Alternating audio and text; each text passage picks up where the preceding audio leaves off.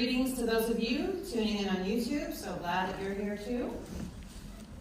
So today's theme is new beginnings. New beginnings. And when I say new beginnings, you may think of things like a budding relationship, a dramatic lifestyle change. January 1st, when we flip over the calendar to New Year. And those certainly have the potential to be the makings of a new beginning for sure. And each day that we wake up is a new beginning. In fact, each moment is a new beginning. It's all about our perspective. And it doesn't have to be this dramatic thing. I mean, it can be, but it can totally be a quiet resolve to begin again. Because we literally have that opportunity to begin again each and every moment. We don't have to wait until Monday or the new year or even the next day.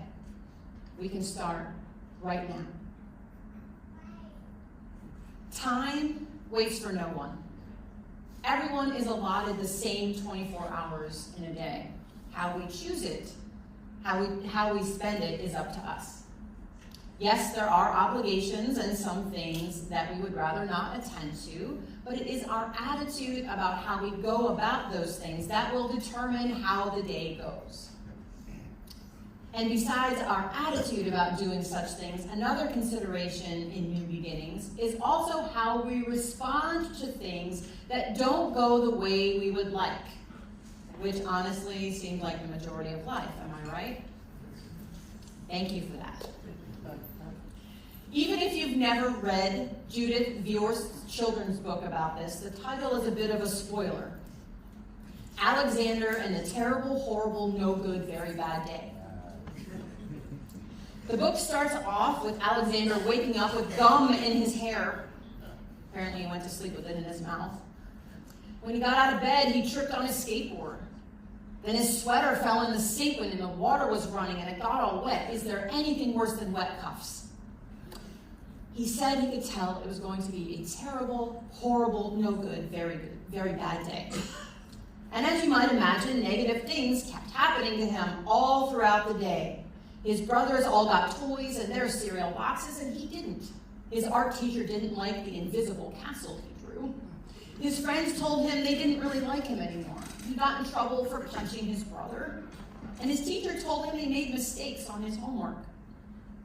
I think we can all relate. It's like that country song. Mama said there'd be days like this. Now Alexander is probably about 10 years old. So clearly the approach will be age specific, but let's take some of the examples and try them on for us. Let's label the possible emotions that Alexander had to navigate in his very bad day. We'll start with the gum incident. Disgust and anxiety about how he was going to get that out of his hair. Envy at his brother's cereal box toys. Maybe embarrassed that his art teacher didn't acknowledge his invisible castle. Sad or insecure that his friends bailed on him. And shame for getting in trouble for punching his brother. Certainly a common theme is a building frustration throughout the day. These are both irritation and frustration, and these are both offshoots of anger. Why are we talking about feelings? Because our feelings are often what cause us to react, and they tend to dictate our mood and our outlook. When we talk about new beginnings, feelings are important. While all feelings are valid, feelings aren't facts, and they can come and go very quickly. Our feelings can prevent us from beginning again as we can get stuck in those negatively charged emotions. So when we have big feelings about a setback in our day, for instance, it can be helpful to name it, claim it, and make a choice to either accept it and let it go, or use it as an opportunity to learn something. An example from my own life, because I'm not going to be up here telling you stuff that I don't try to do. I like to think of myself as a punctual person, but sometimes I miss the mark. So this might be a conversation I have with myself out loud in the car while driving. I'm feeling irritated and frustrated that every red light happens when I am already late to my appointment. Deep breath, let it go. I'm going to be late no matter what happens, so let's change tact. I can't change the course of this right now, and I pray that the people I'm meeting with will have grace. At the next red light, I'm going to text them and let them know I'm running a few minutes behind. And by the way, that is the best way to not have another red light. What can I learn from this? And friends, this is a curiosity, not a judgment question. There's a big difference in the approach there. I will need to leave a larger window of time for travel. It doesn't cost anything to be early, and then I won't have to deal with all the stress and angst about, will I be there in time? And be all ramped up, as I am at the mercy of traffic and lights. And I have to say, I had to have this conversation with myself so many times before my behavior started to change. And I started leaving an extra 10 minutes of travel time. I thought it would take 20 minutes to get there. I'd leave 30 minutes earlier. So, life got a lot less stressful, at least in this area. Do I still run late occasionally? You betcha. But it isn't a common stressor in my life, and I am very grateful for that. Just a minor example of what we're talking about here, about new beginnings. These kinds of things can help us to begin again, to start a new movement in our lives. Emotions are a way to let us know there is something happening within us, but it is so much healthier if we allow our emotions to indicate that something is happening rather than dictate our actions. That's reacting versus responding. We're not meant to bathe in our feelings. Feelings are like a tunnel. They have a beginning, a middle, and an end. If we allow ourselves to process them, we can move through the tunnel and it's done. I'm not saying the feeling isn't going to come back. But if we get stuck in the tunnel, then we get stuck in our feelings.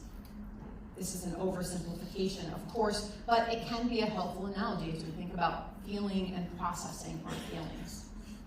Because our feelings just don't go away.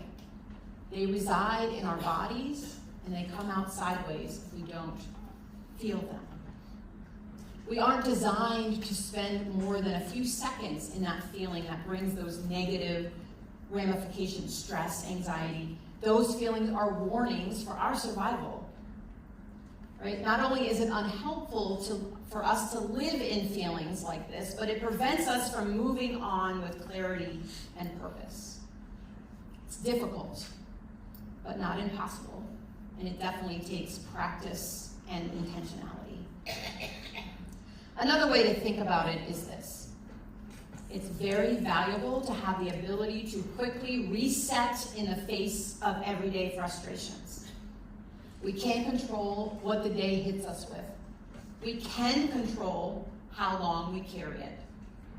It's totally up to us. Now, I'm not talking about trauma or grief here, which are each their own animal of complexity. I'm talking about everyday life situations and frustrations, setbacks, obstacles, things that might cause us frustration.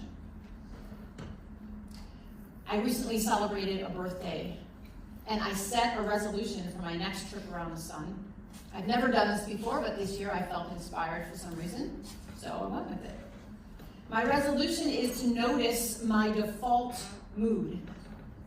How am I operating inside throughout the day? How much am I carrying that is unnecessary and or beyond my control? Our default mood is the mood we slip into by habit, especially at home or places we can take our mask off. Some people's default mood might be sad or optimistic or anxious or apathetic.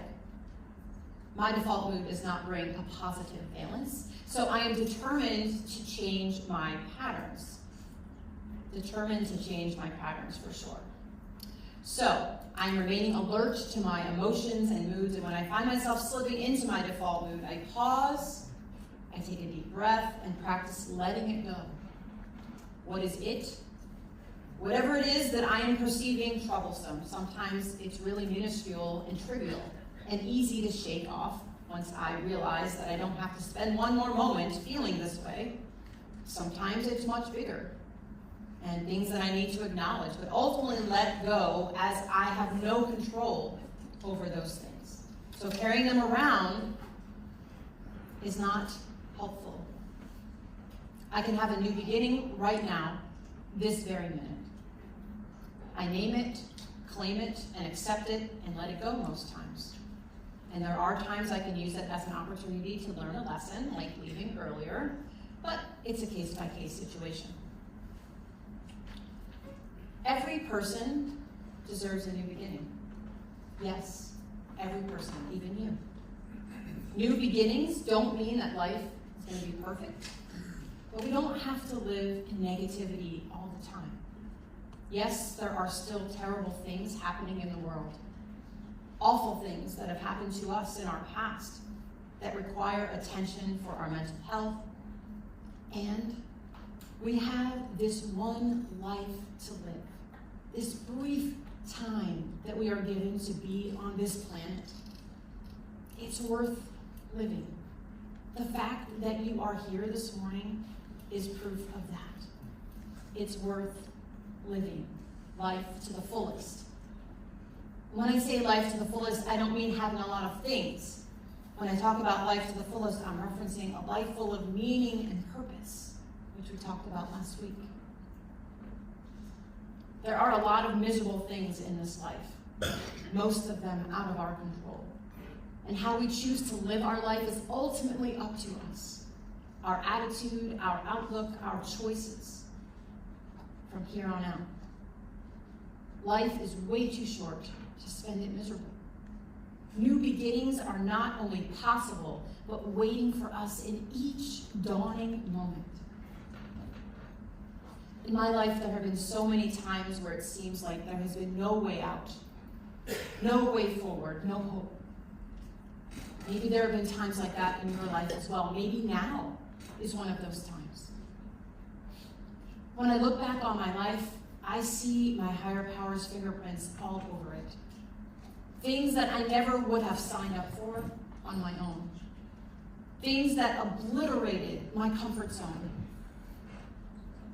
Because we don't grow in our comfort zone. Because here's the thing about new beginnings.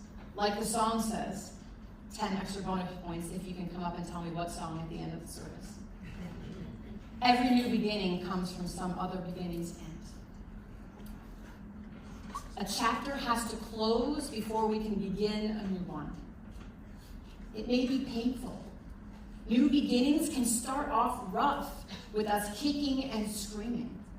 Yet when we seek out meaning and purpose via connection with ourselves, others, and something greater than ourselves, our lives can get a whole lot better, a whole lot brighter, and more hopeful. When we can get out of that echo chamber inside our heads, when we can be free from our substances and compulsive behaviors, it's amazing, absolutely miraculous what can happen.